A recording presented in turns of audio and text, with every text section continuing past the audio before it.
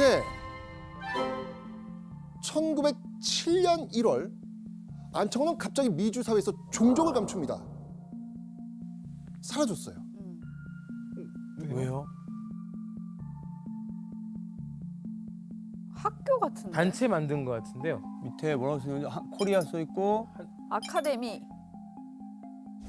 평양 대성 아카데미 코리아 이렇게 적혀 있는 겁니다. 그러니까 안창호가 국내로 돌아와서 지금 학교를 세운 거예요. 아, 이분 참 동해번쩍 서해번쩍. 서해번쩍 서해번쩍입니다 지금. 그죠? 안창호 선생님은 이제 대성학교를 만들기 전 한국에 들어왔을 때요, 입국했을 때 비밀결사 신민회를 만듭니다. 신민회는 이제 새로운 신자에다가 국민민 또는 백성민이라고 할 수 있는데요. 안창호는 이제 봉건적 시대의 백성이 아니라 주권이 국민에게 있는 국가, 즉 오늘날의 민주주의의 국가의 국민을 양성해야 된다라는 필요성을 갖게 됩니다. 그래서 이 구국교육 운동에 매진을 하게 됩니다. 자, 그런데 국권 회복을 위한 기초를 다지며 고군분투하고 있는 이 안창호가 일본 헌병대에 구속되는 일이 생깁니다. 왜요? 대체 무슨 일이 벌어진 걸까요? 1909년 10월 26일 중국 하얼빈역에서 울린 이 소리 때문이었습니다.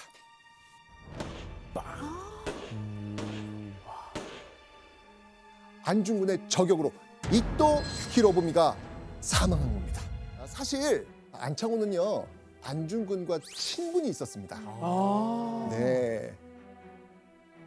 평안남도 진남포에서 사문학교를 설립해 교육 운동을 펼치고 있었던 안중근은요, 바로 이 진남포를 방문한 안창호의 연설, 그 연설을 안중근이 들은 거예요.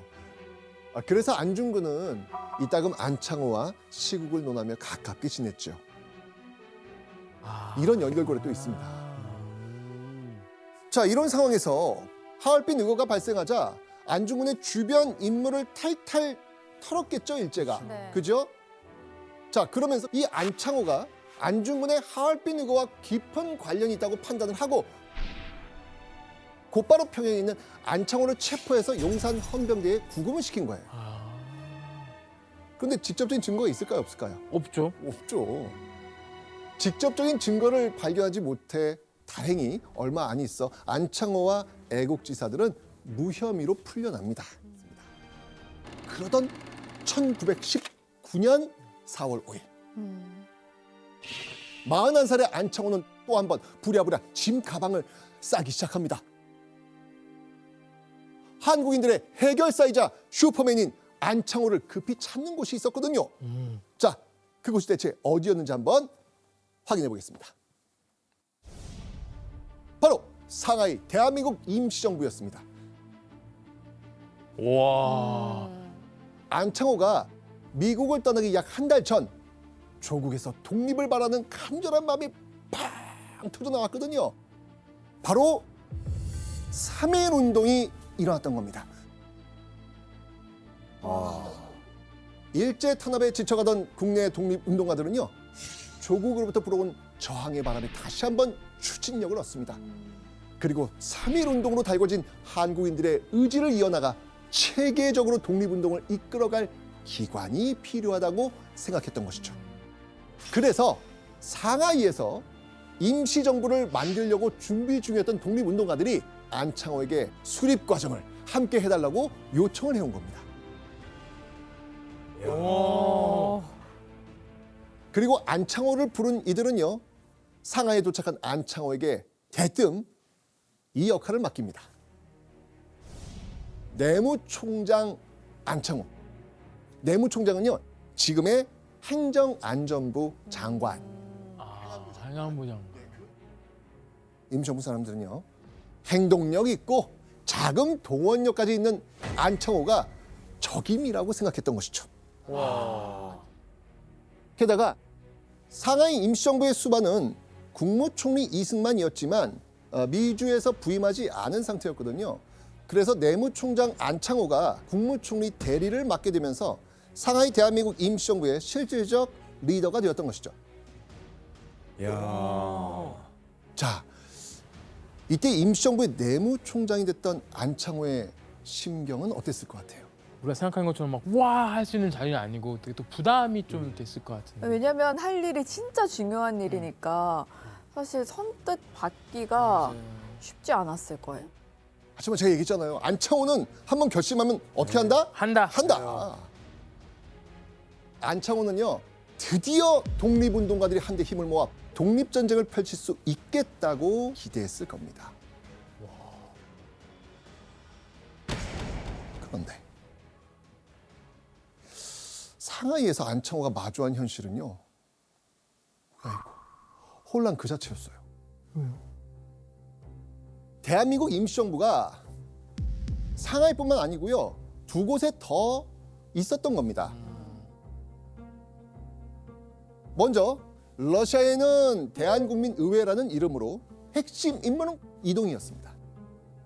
또 국내에는 한성정부라는 이름으로 수반은 독립운동가 이승만이었습니다. 자, 이렇게 국내외에 임시정부가 동시다발적으로 생기면서 리더 또한 제각각이었다는 것이죠. 당시 임시정부의 필요성을 느낀 거는 사실 3.1운동 이전부터의 한국인들의 바람이었어요. 독립운동을 총지휘할 수 있는 기관이 필요했던 것이죠. 그런데 이제 막상 3.1운동이 일어나니까 여러 군데에서 임시정부가 수립이 됩니다. 7에서 8 정도 지금 밝혀진 사실만으로도 그렇지만요. 이런 실질적인 행정 조직을 갖추고 기반을 갖춘 정부가 바로 이 새 정부였던 것이죠. 민족의 힘을 하나로 모아 똘똘 뭉쳐 일제에 대항해야 할 이때 오히려 민족끼리 분열될 수도 있는 그런 커다란 문제에 직면한 거죠. 그런데 나라와 민족에게 문제가 발생하면 그 어떤 난관에 가로막혀도 해결해야 직성이 풀리는 슈퍼맨 안창호. 안창호는요, 흩어진 세계 임시정부를 하나로 대통합하기로 결심합니다. 근데 허락을 해야 되잖아요. 그렇죠. 만약 통합할 경우 통합된 임시정부의 수장은 누구로 세울 것인지, 또 임시정부의 위치는 어디로 정할 것인지. 건지. 와, 이거 뭐 수많은 난제에 부딪힐 수밖에 없는 거예요. 고심을 거듭하다 모두에게 이런 제안을 합니다. 오직 국내에서 13도 대표가 창설한 한성 정부를 계승할 것이다. 당시 일제는요, 한반도를 13개의 도로 나누어 통치하고 있었습니다. 그래서 한성 정부는 당시 13개의 도를 대표하는 20여 명의 독립운동가와 민족 지도자들이 모여 만든 단체입니다. 그러니까 안창호는 한성 정부가 더 정통성이 있다고 판단을 한 거예요. 그래서 상하이와 러시아의 임시정부를 없애고 한성정부를 계승해 통합 임시정부를 만들자고 제안을 한 겁니다. 이런 판단도 쉽지 않습니다. 내가 않죠. 지금 속한 조직이 상하이입니다, 지금. 내가 어렵게 상하이까지 갔는데 그렇죠. 거기에 있게끔 내가 노력을 해야겠다. 그런 마음이 자연스럽게 올라오죠. 그렇죠. 진짜 독립이 먼저인 거예요. 자, 그런데 러시아에 기반을 둔 대한국민의회 쪽의 반응은 어떨까요? 그럼 우리로 해야 되는 게 맞지 않아요? 왜 막무가내로 하시오? 이렇게 나올 수도 있죠. 반발이 있을 것 같아. 맞습니다. 대한국민의회에서는요, 내부 반발이 심할 수밖에 없었겠죠. 자, 이러면서 대한국민의회 측이 통합에 반대합니다. 자, 상황이 이렇게 되니까 안창호 또다시 해결책을 찾아 나섭니다. 바로 대한국민의회의 실질적 리더 이동희를 설득해 보기로 한 거예요. 끝까지 설득하는 거예요. 이 설득의 설득 끝에 안창호는요, 새로운 통합 임시정부의 2인자 자리인 국무총리에 누구를 참여시키게 된다? 이동희를 참여시키게 되는 거예요. 그 결과 임시정부 수반은 대통령 이승만, 두 번째로 높은 국무총리는 이동희가 앉게 됩니다. 그렇게 대한국민의회를 극적으로 설득하는 데 성공한 안창호는요, 합동 취임식을 치르는 것으로 세계의 임시정부는 대통합을 이룰 수 있게 된 겁니다. 스승님, 한성 정부의 정통대로 따르기로 했잖아요. 근데 어떻게 임시정부는 상하이에 있게 된 거예요? 네. 이 상하이에는 외국인들의 치해 복권을 유지하는 조계지들이 있었거든요. 우리 임시정부는 프랑스 조계지의 자리를 잡고 있었는데요. 특히나 일본의 영사관 경찰들이 프랑스 조계지로는 오지 못했어요. 그래서 안창호는 이곳에 그 미주 동포들이 모금해 준 돈으로 상해 임시정부 청사를 마련하게 됩니다. 이렇게 임시정부를 통합하는데 가장 큰 공을 세우며 엄청난 혼란을 수습해낸 슈퍼맨 안창호. 자, 어떤 자리를 맡게 됐을까요?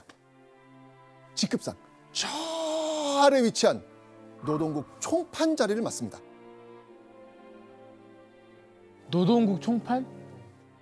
원래 노동국은 내무부 산하에 있는 국입니다.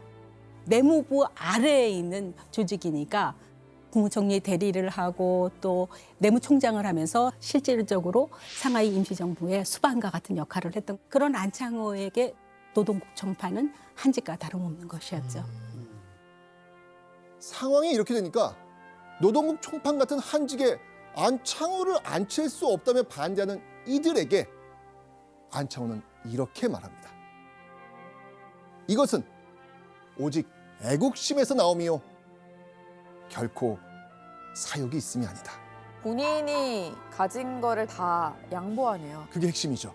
왜냐면 안창호 선생님도 본인이 충분히 나도 뭐 한 자리 할 거요 하면은 충분히 할 수 있는데도 연합을 위해서 본인이 그렇죠. 완전 낫게 된 거 아니에요? 야, 남다르다 정말. 독립운동사의 핵심적인 역할을 했지만 안창호는 결코 자신의 공을 내세우지 않았던 겁니다. 자, 그렇게 시간은 흘러 1932년 4월 29일 안창호가 일제 긴급 체포되고 맙니다. 왜요? 자, 안창호가 긴급 체포된 이유는요, 바로 이 인물 때문이었습니다. 윤봉길 의사요? 맞습니다. 안창호가 체포된 당일 오전 상하이를 점령한 일본군의 승리를 축하하는 행사가 한창 열리고 있었거든요. 그런데 행사장 무대 가까이 접근한 윤봉길이 수통에 장치한 폭탄을 내던진 겁니다. 이날의 의거로 상하이 침공의 주역인 일본군 지휘관들과 주요 요인들에게 큰 사상을 입혔습니다. 근데 윤봉길 의사와 안창호 선생님이 뭐 연관이 있나요? 사실 안창호가 체포된 건요, 정말 우연히 겹친 거예요. 어떤?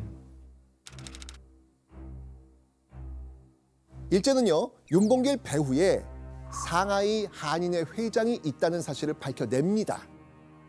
여러분들, 윤봉길 의사와 직접적으로 연관이 있는 사람은 딱 누가 떠오릅니까? 김구 선생님. 그렇죠. 선생님. 자, 그런데요, 당시 김구는 상하이 한인 회장을 그만둔 상황이었거든요. 근데 그 사실을 몰랐던 일제 경찰은요, 현임 회장이었던 이유피를 체포하러 갑니다. 일제가 거기까지는 알지 못했던 거예요. 자, 그런데 마침 그 이유필이 외출을 했네. 네. 없는 거예요, 집에.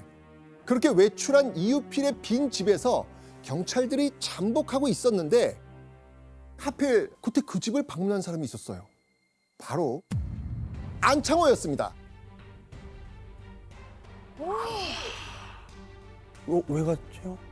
안창호는요, 소년 독립운동단체에 속해 있던 그 이유필 아들에게 체육대회 경비를 후원하기로 약속을 했었거든요. 이거 약속을 지키기 위해서 이유필의 집을 찾아간 거예요. 그런데 안창호가 운 나쁘게도 붙잡히게 된 겁니다. 당시에 안창호 선생님에게 집 밖으로 나오지 말라라는 전원을 김구 선생님이 했는데요. 안창호 선생님은 그 전원을 받기 전에 집을 나섰기 때문에요. 전화지 못했었고요. 이게 워낙 큰 사건이잖아요. 뭐 정말 중요한 사람들이 막 사상되고 하니까 프랑스 조계 당국이 안창호 선생님을 당시 그 상하이에 있는 일본군 헌병대로 바로 그냥 송치를 해버립니다. 넘어갔을 때 일본인들은 안창호라는 거물이라는 걸 알게 되죠. 근데 우연이네요, 그러면. 그렇죠. 와. 그렇게 1932년 6월 54살의 안창호는 경성에 있는 경기도 경찰부로 호송돼 유치장에 수감이 됩니다. 아이고.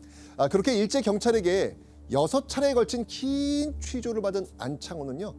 1932년 12월 일제 재판부로부터 징역 4년형을 선고받습니다. 석방된 지 불과 2년여 만인 1937년 6월 안창호가 또다시 일제 경찰에게 끌려갑니다. 왜요? 산속에 가 있는데.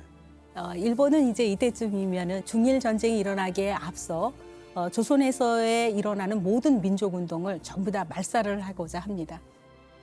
그런데 이제 도산 안창호 선생님의 그 동우회라고 하는 그 단체가 또 다른 민족 운동을 시작하려고 하는 조짐이다. 그러면 안창호의 영향력을 완전히 없애버려야 된다 해서 일으킨 사건이 동우회 사건이라는 사건입니다. 안창호는 59살의 나이로 서대문 형무소에서 두 번째 옥고를 치르게 됩니다. 자, 이때 수감된 안창호의 모습은 어땠을까요? 와. 못 보겠어. 와. 와, 너무 달라요. 아까 그때는 밝고 막 뭔가 힘이 넘치고 대한민국 임시정복 사진만 해도 뭔가 딱 그랬는데 지금은 그래도 뭔가 힘이 많이 좀 없으신 느낌. 일제 가혹한 신문과 서대문 형무소에서의 그 혹독한 겨울을 겪으면서 안창호의 건강은 극도로 악화됩니다. 그리고 옥중에서 약 4개월이 지난 어느 날 안창호가 이런 말을 남겼다고 하죠. 슬퍼하지 마라. 나는 죽음의 공포가 없다. 나는 죽으려니와 내 사랑하는 동포들이 그렇게 많은 괴로움을 당하니 미안하고 마음이 아프다. 일본은 자기 힘에 지나치는 전쟁을 시작했으니 필경 이 전쟁으로 패망한다. 어떤 곤란이 있더라도 인내하라. 슬퍼하지 마라. 1937년 12월 24일 안창호는 목숨이 경각에 달할 정도로 위독해지게 됩니다. 그러자 일제가요 경성제국대학 부속병원에 안창호를 입원시킵니다. 소장님. 네. 제가 생각하는 일제는 안창호 선생님 아프다고 해서 뭐 병원을 보내준다든지 이렇게 봐주지 않을 것 같은데 왜 병원으로 이렇게 보내준 거예요? 원래 이제 일제가 사실은 독립운동하는 사람들에게 제일 두려워했던 것은요. 옥중 순국하는 일이었습니다. 옥에서 죽으면은 영웅적인 죽음이 되기 때문이죠. 그래서 이제 안창호 선생님이 옥에서 돌아가실까 봐 급하게 이제 병원으로 옮기게 된 것이죠. 수십일 동안 병원 침대 위에서 사투를 벌이던 안창호가 성큼 다가온 마지막을 느끼면서 가까스로 남긴 그 말이었습니다. 안창호는 눈앞에 닥친 죽음을 두려워하기보다 사랑하는 민족이 일제에게 당할 괴로움을 더 가슴 아파했습니다. 그리고 입원한 지 약 3개월이 채 안 된 1938년 3월 9일 밤 11시경 정신을 잃은 안창호는 결국 다음 날 자정 무렵 60세의 나이로 숨을 거두고 맙니다.